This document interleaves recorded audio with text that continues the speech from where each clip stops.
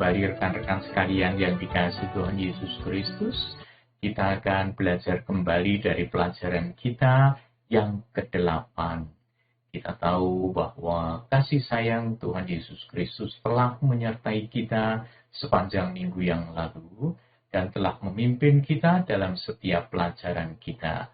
Harapan saya adalah kita dapat menerapkan semua pelajaran kita itu dalam kehidupan kita dari hari ke hari, dan kemudian akan menjadi berkat bagi orang-orang yang ada di sekeliling kita. Kiranya damai sejahtera tersebut akan terus bersama-sama dengan kita, sehingga kita semuanya benar-benar menjadi saksi-saksi Tuhan dan menunjukkan bahwa kita adalah murid-murid Kristus yang siap untuk menyangkal diri, bahkan terus menyangkal diri bagi kemuliaan dan kebesaran namanya. Hari ini kita akan belajar bersama-sama kembali berkenaan dengan satu pokok penting dalam kehidupan kita sebagai murid Kristus yang menyangkal diri. Kali ini kita akan belajar tentang bagaimana caranya kita mengendalikan lidah kita. Mari kita berdoa sebelum kita akan mulai dengan mempelajari bagian-bagian sabda Tuhan hari ini. Tuhan Yesus yang mengasihi kami, sungguh kami bersyukur kepada Tuhan atas kebaikan Tuhan yang luar biasa, sehingga sepanjang minggu yang lalu kami dapat menikmati semua berkat Tuhan bagi kami. Terima kasih untuk kesehatan, kekuatan yang menyertai kami. Terima kasih untuk damai sejahtera Tuhan yang bersama-sama dengan kami. Terima kasih Tuhan, untuk hari ini kami dapat kembali berjumpa dalam pelajaran kami yang ke-8. Kami serahkan seluruh pembicaraan kami dari awal sampai akhir ke dalam tangan kasih sayang-Mu. Tuntunlah kami, bimbinglah kami, supaya kami dapat menyerap semua sabda-Mu. Dan biarlah sabda-Mu Tuhan mendapatkan lahan yang subur, sehingga itu berakar, bertumbuh, berbuah bagi kemuliaan nama-Mu. Di dalam nama Tuhan Yesus Kristus kami berdoa. Amin. Saudara sekalian yang dikasihi Tuhan Yesus Kristus, hari ini kita akan belajar bersama-sama cara menggunakan lidah dengan baik, atau bagaimana kita mengendalikan lidah kita. Ayat-ayat yang kita pakai pada hari ini diambil dari Alkitab, dari kitab Yakobus pasal yang ketiga, ayat 1 sampai dengan ayat yang ke-12. Pelajaran kita hari ini memang sangat penting, karena lidah kita selain untuk mengecap makanan, juga sangat diperlukan untuk berkomunikasi, untuk bertutur kata. Dan kita tahu bahwa lidah kita atau kata-kata kita memegang peran penting dalam menentukan arah kehidupan kita. Nanti pada waktu kita membaca dari kitab Yakobus pasal yang ketiga ayat 1 sampai dengan ayat yang ke-12, Yakobus menggambarkan lidah itu seperti kemudi yang kecil yang mengendalikan dan mengarahkan sebuah kapal yang besar. Kemudian pernah ada ungkapan dalam kehidupan kita sehari-hari, mulutmu adalah harimaumu. Demikianlah kata pepatah yang ada, yang sering kita dengar dalam pembicaraan dari hari ke hari. Jadi saudara sekalian, betapa pentingnya kita ini mengendalikan lidah kita. Karena lidah kitalah yang mengarahkan seluruh kehidupan kita. Kalau dengan lidah kita bisa menggunakan kata-kata yang bijak, maka kehidupan kita akan penuh dengan ketentraman dan kedamaian. Kita akan membaca dari kitab Yakobus pasal 3 ayat 1 sampai dengan ayat yang ke-12. Saya baca untuk saudara. Saudara-saudaraku, janganlah banyak orang di antara kamu mau menjadi guru, sebab kita tahu bahwa sebagai guru kita akan dihakimi menurut ukuran yang lebih berat. Sebab kita semua bersalah dalam banyak hal. Barang siapa tidak bersalah dalam perkataannya, ia adalah orang sempurna yang dapat juga mengendalikan seluruh tubuhnya. Kita mengenakan kekang pada mulut kuda, sehingga ia menuruti kehendak kita. Dengan jalan demikian, kita dapat juga mengendalikan seluruh tubuhnya. Dan lihat saja kapal-kapal, walaupun amat besar dan digerakkan oleh angin keras, namun dapat dikendalikan oleh kemudi yang amat kecil menurut kehendak jurumudi. Demikian juga lidah, walaupun suatu anggota kecil dari tubuh, namun dapat memegahkan perkara-perkara yang besar. Lihatlah, betapapun kecilnya api, ia dapat membakar hutan yang besar. Lidah pun adalah api. Ia merupakan suatu dunia kejahatan dan mengambil tempat di dalam anggota-anggota tubuh kita sebagai sesuatu yang dapat menodai seluruh tubuh dan menyalakan roda kehidupan kita, sedang ia sendiri dinyalakan oleh api neraka. Semua jenis binatang liar, burung-burung, serta binatang-binatang menjalar dan binatang-binatang laut dapat dijinakkan dan telah dijinakkan oleh sifat manusia. Tetapi tidak seorang pun yang berkuasa menjinakkan lidah. Ia adalah sesuatu yang buas, yang tak terkuasai, dan penuh racun yang mematikan. Dengan lidah kita memuji Tuhan Bapa kita, dan dengan lidah kita mengutuk manusia yang diciptakan menurut rupa Allah. Dari mulut yang satu keluar berkat dan kutuk. Hal ini saudara-saudaraku tidak boleh demikian terjadi. Adakah sumber memancarkan air tawar dan air pahit dari mata air yang sama? Saudara-saudaraku, adakah pohon ara dapat menghasilkan buah zaitun, dan adakah pokok anggur dapat menghasilkan buah ara? Demikian juga mata air asin tidak dapat mengeluarkan air tawar. Saudara sekalian, kita tahu bahwa orang mudah jatuh dalam dosa karena lidah. Nah, Yakobus mengingatkan betapa licinnya dan besarnya kuasa lidah serta pengaruhnya atas kehidupan kita.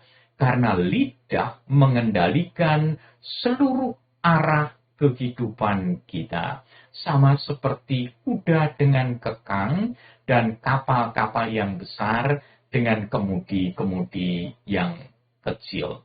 Itu sebabnya kita diingatkan kalau lidah yang tidak terkontrol itu memang akan mengarahkan seluruh kehidupan kita. Kemana kita pergi, kemana kita akan sampai, itu ditentukan oleh kendalinya, yaitu lidah kita. Lidah yang tidak terkontrol merupakan wujud kejahatan di dalam hati.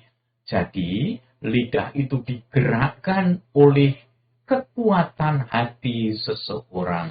Kalau orang itu jahat di dalam hatinya, itu akan terwujudkan melalui tutur katanya, melalui cara berkomunikasi, melalui kata-kata yang keluar dari mulutnya. Lidah itu seperti api yang menghanguskan dan menghancurkan. Saudara sekalian, jangan lupa, dengan kata-kata kita dapat menghancurkan hati seseorang, bahkan bisa menghancurkan kehidupan seseorang yang pada akhirnya akan menghancurkan juga diri kita sendiri. Itu sebabnya betapa pentingnya belajar mengontrol, mengendalikan tutur kata kita, mengendalikan lidah kita. Dikatakan oleh Yakobus bahwa lidah itu buas, lidah itu tak terkuasai, penuh racun yang mematikan kalau lidah tersebut tidak terkendali.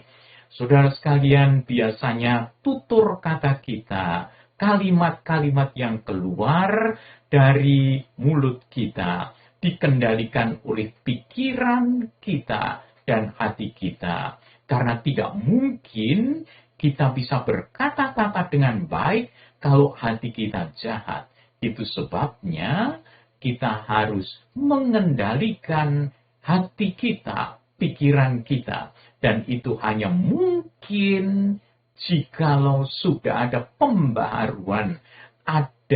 pembaharuan batin yang dikerjakan oleh Roh Tuhan di dalam hati kita.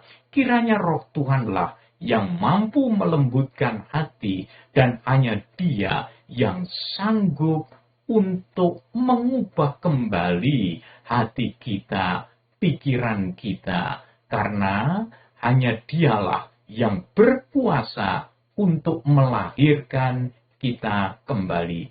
Kalau tidak, maka hati kita akan mengontrol, mengarahkan lidah kita, sehingga dikatakan lidah itu menjadi buas, tidak terkuasai, penuh racun yang mematikan.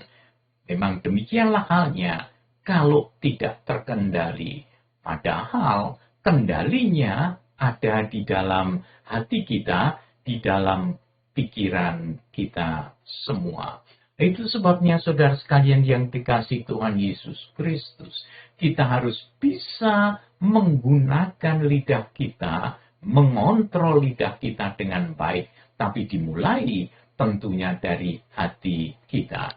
Kalau hati kita sudah diubah oleh Roh Allah, sudah dihaluskan oleh Roh Tuhan, maka kita bisa mengendalikannya dengan baik karena sesuai dengan apa yang ada di dalam batin kita. Sehingga kita bisa menggunakan lidah kita untuk memuliakan Tuhan, untuk mengagungkan namanya. Kalau kita bisa menguasai hati, kita bisa menggunakan kata-kata kita untuk memberikan kesejukan dan memberikan berkat pada orang-orang di sekeliling kita. Kita bisa memberikan rasa kepada dunia yang hambar, karena kita adalah garam, supaya kita dapat membuat dunia ini tidak hambar lagi, tetapi memiliki rasa, memiliki kehidupan yang baik. Jangan lupa, kata-kata kalau sudah terucap itu akan seperti anak panah yang lepas dari busurnya, tidak bisa ditarik kembali. Hanya tinggal penyesalan saja kalau itu sudah mengenai orang lain dan membuat orang lain terluka. Itu sebabnya saudara sekalian yang dikasihi Tuhan, kendalikanlah lidah saudara sekalian. Bagaimana itu mungkin? Karena Alkitab memberitahu itu tidak terkendali dan puas. Sekali lagi, lidah itu dikontrol oleh hati, oleh pikiran kita. Kalau hati kita sudah diperbarui oleh Roh Kudus, maka kita bisa mengendalikan lidah kita. Kita dianugerahi Tuhan untuk mengendalikan lidah kita. Tuhan menganugerahi kita kemampuan, menganugerahi kita kuasa. Jangan lupa, Kisah Para Rasul pasal 1 ayat yang 8. Kamu akan menerima kuasa kalau Roh Kudus turun ke atas kamu, kamu akan menjadi saksiku.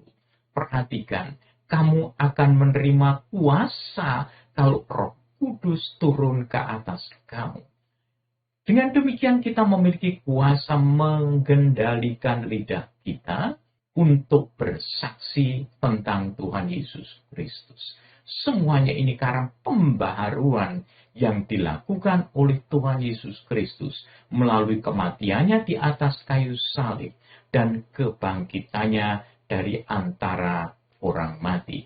Itu sebabnya salah satu syarat bagi diaken adalah mampu menjaga lidahnya. Itu ditulis dalam kitab 1 Timotius pasal yang ketiga ayat yang ke-8. Demikian juga diaken-diaken haruslah orang yang terhormat, jangan bercabang lidah. Artinya ia harus mampu mengendalikan lidahnya. Memang sebagai diaken, syarat-syarat yang lain pasti ada dan itu perlu dipenuhi. Itu sebabnya seorang diaken biasanya akan diuji terlebih dahulu sebelum dia diangkat, ditetapkan sebagai diaken di gereja. Jadi saudara sekalian, mengendalikan lidah sesuatu yang sangat-sangat penting bagi kita sekalian sebagai murid-murid Kristus, sebagai murid-murid Kristus yang dipercaya oleh Tuhan. Perhatikan, kita bersaksi menggunakan lidah kita. Kalau di dalam kehidupan sehari-hari kita tidak bisa mengontrol lidah kita, kesaksian kita akan hancur. Bahkan kehidupan kita pun akan menjadi berantakan. Lidah merupakan ungkapan dari hati. Jadi bagaimana kita bisa menjadi berkat di dalam kata-kata kita, di dalam tutur kata kita.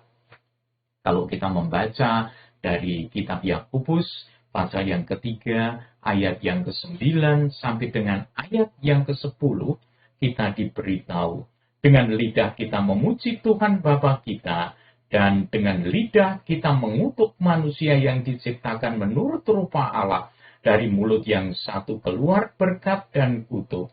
Hal ini saudara-saudaraku tidak boleh demikian terjadi. Jangan sampai kita bercabang lidah. Artinya, mengatakan yang satu, kemudian di lain waktu mengatakan yang lain. Memberikan berkat dan juga mengutuki orang lain. Alkitab memberitahu kepada kita, saudara-saudaraku, tidak boleh demikian terjadi. Artinya, janganlah seperti itu. Mari kita menggunakan kata-kata kita. Karena jangan lupa, kita dikenali melalui ucapan-ucapan kita. Secara umum, kita pun dapat mengenali seseorang melalui ucapan-ucapannya.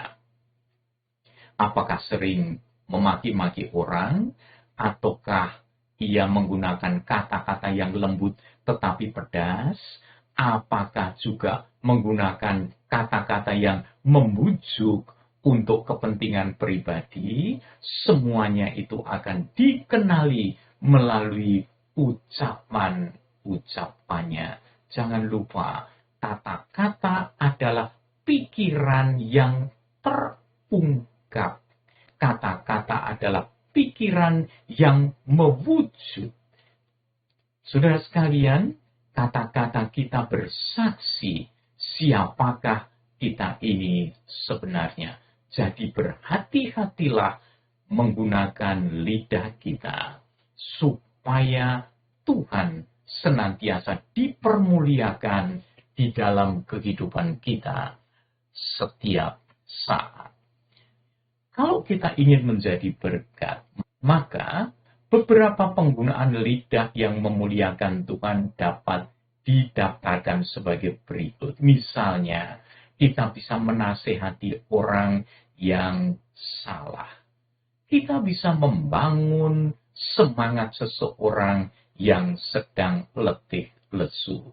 Kita bisa mendukung orang di dalam pekerjaannya pada waktu mereka sudah mulai kendor semangatnya.